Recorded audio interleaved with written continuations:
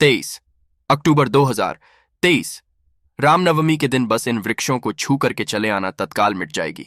आपकी गरीबी ना केवल आपके जीवन में होगी, धन की वर्षा, बल्कि खुशियों से भर जाएगा आपका घर। दोस्तों, आज के इस वीडियो में हम आपको रामनवमी के दिन किए जाने वाले उन उपायों के बारे में बताने आ रहे हैं जो अगर आप सिर्फ 23 अक्टूबर 2023 के दिन 2-4 मिनट का समय निकाल करके कर लेते हैं तो मान के चलिए कभी भी आपको आपके जीवन में धन की कमी नहीं होगी।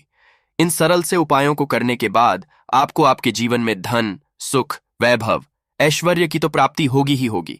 अगर अपने सही तरीके से वेद पुराणों के बताए हुए वो उपाय कर लिए जो रामनवमी के दिन किए जाते हैं तो मान के चलिए इन उपायों को करने के बाद आपके घर की बरकत होगी, आपके घर की उन्नति होगी। आपको आपके इस तरह से भाग्य का साथ मिलेगा जिसके बाद आप जिस कार्य को भी शुरू करेंगे उस कार्य में आपको सफलता हासिल होगी।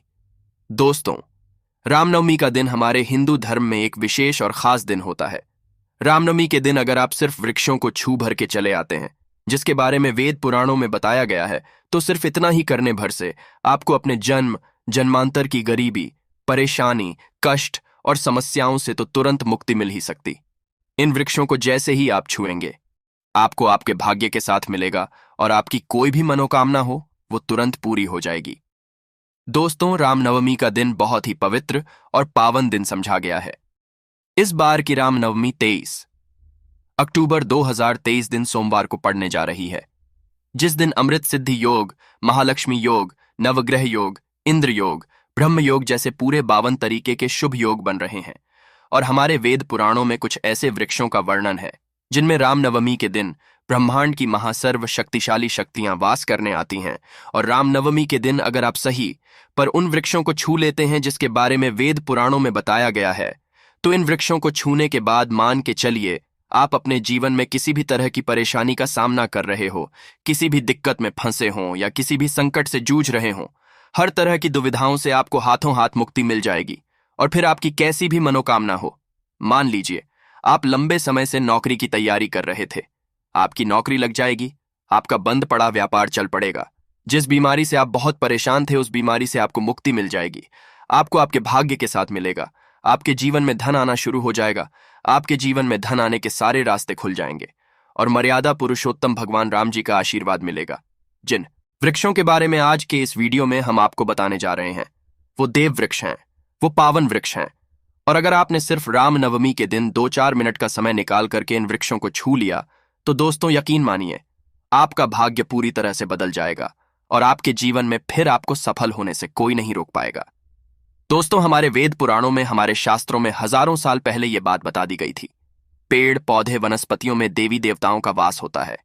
इसलिए आपने देखा भी होगा कि जो पुराने समय के लोग होते थे वो सुबह उठते थे, सबसे पहले पूरे घर वो झाड़ू लगाते थे, नहाते थे, धोते थे, एक तांबे का लोटा लेते थे, उसमें जल भरते थे और घर के पास वाले किसी भी देव वृक्ष को जाकर के एक लोटा जल जरूर अर्पित करते थे, क्योंकि पुराने समय के लोगों को यह बात पता थी कि पेड़ पौधे वनस्पतियों में देवी देवताओं का वास होता है। दूसरी तरफ साइंस भी ये बात कहता है जो पेड़ पौधे वनस्पति होते हैं ये हमें फ्री में प्राणवायु प्रदान करते हैं। देखिए, ये बात तो आपको भी पता होगी दोस्तों कि हर व्यक्ति कार्बन डाइऑक्साइड छोड़ता है जिसको जहरीली गैस बोला जाता है और पेड़ पौधे वनस्पति जो होते हैं वो इनको ग्रहण कर लेते हैं, बदले में ऑक्सीजन रिलीज करते हैं जिसको हम प्राणवायु कहते हैं।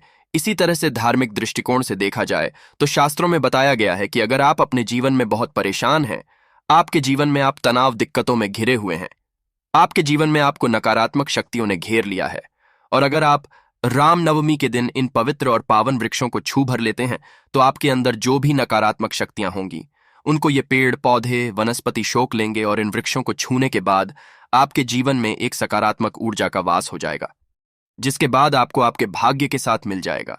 आपके नवग्रहों के साथ आपके राहु केतु आपका साथ देना शुरू कर देंगे और आपके जीवन में आप जिस कार्य को भी शुरू करेंगे उस कार्य में आपको सफलता हासिल होगी। देखिए दोस्तों, वेद पुराणों में साफ साफ बताया गया है रामनवमी के दिन कुछ ऐसे वृक्ष होते हैं जिनमें माता दुर्गा जी और भगवान श्री राम जी की दिव्य शक्तियों का वास होता है और इन वृक्षों को छू लेने पर से आपको इनका आशीर्वाद मिल सकता है। देखिए दोस्तों, रामनवमी का दिन एक बहुत ही पवित्र दिन होता है जिस दिन मर्यादा पुरुषोत्तम भगवान श्री राम जी की पूजा करने का एक विशेष और खास महत्व बताया गया है। और रामनवमी के दिन माता दुर्गा जी के 90 रूप की भी पूजा पाठ विधि विधान से की जाती है। कहने का मतलब यह है दोस्तों, अगर आपने 23 अक्टूबर 2023 दिन सोमवार के दिन, जिस दिन रामनवमी है और नवरात्रि का 9वां दिन है, इस दिन उन वृक्षों को छू लिया जिसके बारे में हमारे वेद पुराणों में बताया गया है, तो सिर्फ इतना ही कन्या भर से आपका जीवन पूरी तरह से बदल सकता है और आपके जीवन में एक चमत्कारी और सकारात्मक बदलाव आ सकता है। इसीलिए जितनी भी जानकारी हम आपको इस वीडियो में देने जा रहे हैं, बहुत ध्यान से उसके बारे में सुनिएगा और आप लोग उन वृक्षों को जरूर छू लीजिएगा जिसके बारे में हमारे वेद पुराणों में बताया गया है। और इतना कन्या भर से मान के चलिए कई देवी देवताओं का मिल जाएगा। इसीलिए अगर आप चाहते हैं कि प्रभु श्री राम और माता दुर्गा जी की कृपा सदैव आप पे और आपके परिवार पर बनी रहे, भगवान श्री राम और माता दुर्गा जी के आशीर्वाद से आपके जीवन का हर कष्ट जड़ से नाश हो जाए, तो पूरी सच्ची श्रद्धा और पूरे विश्वास के साथ कमेंट बॉक्स में जाइए और तुरंत लिख दीजिए जय श्री राम, जय माता दी। और अगर आप प्रभु श्री राम और माता दुर्गा जी के सच्चे भक्त हैं तो इस वीडियो को लाइक करना मत भूलिएगा। तो जो सबसे पहला वृक्ष आपको छू करके आना है रामनवमी के दिन, वो है बेल का वृक्ष। आपने बिल्कुल सही सुना दोस्तों, बेल वृक्ष एक ऐसा वृक्ष है जिसमें भगवान भोलेनाथ, माता पार्वती जी, ब्रह्म जी का वास होता है। देखिए, बेल वृक्ष के प्रत्येक पत्ते में माता पार्वती जी का वास होता है।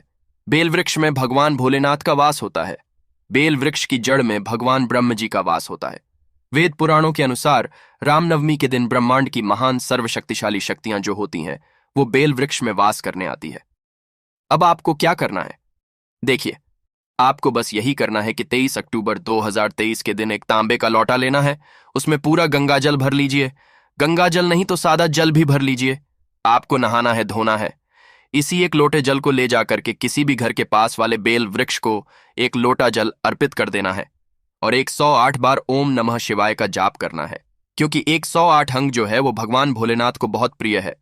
सिर्फ इतना बार अगर आप कर लेते हैं तो मान के चलिए साक्षात आपको भगवान भोलेनाथ और माता पार्वती जी का आशीर्वाद और वरदान मिलेगा। आप किसी बीमारी से परेशान थे, उस बीमारी से आपको मुक्ति मिल जाएगी और पूरे साल आप लोग रोग मुक्त रहेंगे। तो इस वृक्ष को छूना भूलकर भी मत भूलिएगा। दूसरा जो वृक्ष आपको छू करके आना है रामनवमी के दिन, वो है पीपल का वृक्ष। देखिए दोस्तों, पीपल का वृक्ष जो वृक्ष होता है, यह वृक्षों समझा जाता है। खुद भगवत गीता में भगवान श्री कृष्ण जी ने बोला है कि वृक्षों में मैं पीपल का वृक्ष हूं। और अगर आपको नहीं पता तो बता दें, भगवान विष्णु जी और माता लक्ष्मी जी का वास भी पीपल के वृक्ष में होता है। और रामनवमी के दिन अगर आप लोग एक लोटा जल लेकर के किसी भी पीपल के वृक्ष को छू दें और उसको एक लोटा जल अर्पित कर दें, तो इतना ही कन्या भर से आपके भाग्य के साथ मिल सकता है, राहु केतु के साथ मिल सकता है। अगर आप चाहते हैं कि पूरे साल आपका भाग्य आपका साथ दें, तो आप एक काम कीजिएगा, किसी भी पीपल के वृक्ष को जाइएगा, एक लोटा जल अर्पित कीजिएगा और पीपल वृक्ष के साथ परिक्रमा लगाकर दीजिएगा। और 7 परिक्रमा लगाते वक्त भगवान विष्णु जी के बीज मंत्र का जाप कर दीजिएगा। बीज मंत्र आप स्क्रीन पर देख पा रहे हैं, ओम नमो भागवते वासुदेवाय नमः। हम फिर से रिपीट करते हैं दोस्तों, ओम नमो भागवते वासुदेवाय नमः।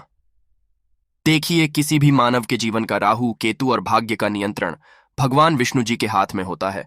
और अगर आपने राहु रामनवमी के दिन ये उपाय कर लिया जो आपको हमने बताया है, तो मान के चलिए पूरे साल आपको आपके भाग्य, राहु केतु का साथ मिलेगा। आप जिस कार्य को भी शुरू करेंगे उस कार्य में आपको सफलता हासिल होगी। तो पीपल के वृक्ष को छूना मत भूलिएगा। तीसरा वृक्ष जो है दोस्तों, वो नीम का वृक्ष। देखिए, वेद पुराणों के अनुसार नवरात्रि के समय जो नीम के वृक्ष होते हैं दोस्तों, नीम के वृक्ष में माता दुर्गा जी के 9 के 9 रूपों का वास होता है। अगर आप चाहते हैं कि माता रानी जी की कृपा सदैव आप पे और आपके परिवार पर बनी रहे, आपके घर की बरकत हो, आपके घर की उन्नति हो, तो आपको बस क्या करना है कि रामनवमी और नवरात्रि के 90वें दिन पर जाकर कि आपको किसी भी नीम के वृक्ष को एक लोटा जल अर्पित करना है, नीम के वृक्ष को छूना है और यहां पर आपको 9 बार दुर्गा चालीसा का पाठ करना है। अगर आपको दुर्गा चालीसा नहीं आती है तो कोई दिक्कत की बात नहीं है, किसी भी पूजा घर से दुर्गा चालीसा की ले लीजिए। नीम के वृक्ष को बस एक लोटा जल अर्पित करने के बाद 9 बार दुर्गा चालीसा का पाठ कर दीजिए। इतना भर अगर आप कर देंगे दोस्तों, तो माता दुर्गा जी के 9 अलग अलग स्वरूपों की कृपा सदैव आप पर बनी रहेगी। आपके जीवन में आपके घर की बरकत होगी, आपके घर की उन्नति होगी, आपके जीवन में धन, सुख, वैभव, ऐश्वर्य में वृद्धि होगी। तो इस वृक्ष को छूना मत भूलिएगा।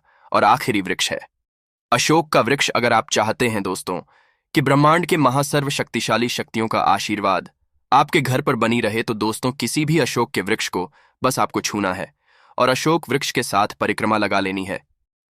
अगर आप अशोक के वृक्ष को छू लेंगे तो दोस्तों मान के चलिए आपके जीवन में कभी भी आपको किसी भी तरह के संकट का सामना नहीं करना पड़ेगा। आपको कभी भी अकाल मृत्यु नहीं आएगी। आपके जीवन में देवी देवताओं का आशीर्वाद और वरदान बना रहेगा। तो अशोक के वृक्ष को छूना मत भूलिएगा।